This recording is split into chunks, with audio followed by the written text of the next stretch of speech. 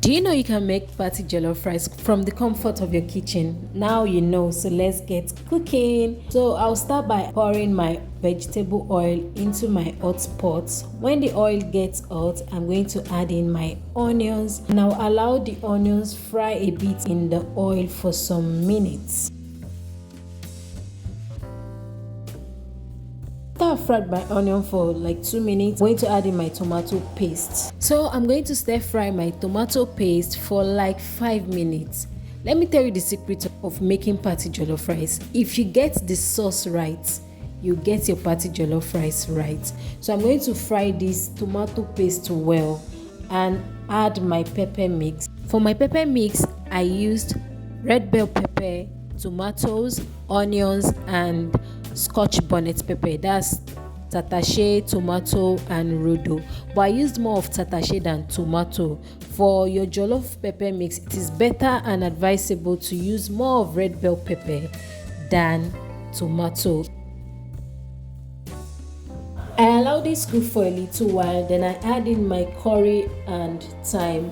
For this recipe, I use Ducros curry and I use Gino thyme. If you know those brands, you can use it for your recipe, and you can use any brand of your choice. So after this, I'm going to add in my seasoning cubes.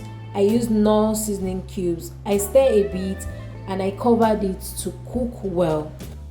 So now this jollof stew is ready. As you can see, the oil has settled on the stew already. So that is a sign that my stew is ready. So I'm going to add in water into this stew. I'll add in enough water to cook my rice. Then I allow the water to boil and add in my rice into it. I've already added the rice. I forgot to press the record button while adding the rice, so sorry for not seeing that part. So I add in my rice and also added in enough salt to cook the rice. After this, I'm going to cover it up to cook for 5 minutes. After 5 minutes, I'm going to open it up. By now the rice is already boiling. I will stir it a bit.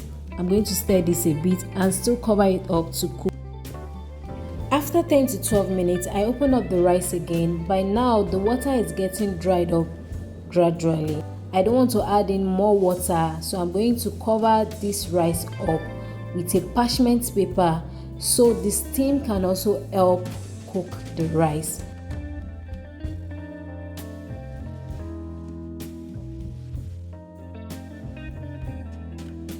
After the rice is well cooked and dry and the water is dried up, I'm going to add in some margarine and stir it up together.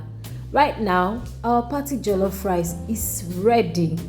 This rice was very yummy. Please try this method.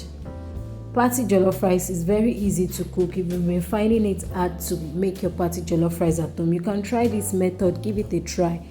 And I'm sure you are going to come back and give me a comment that it turned out well. Thank you very much for watching.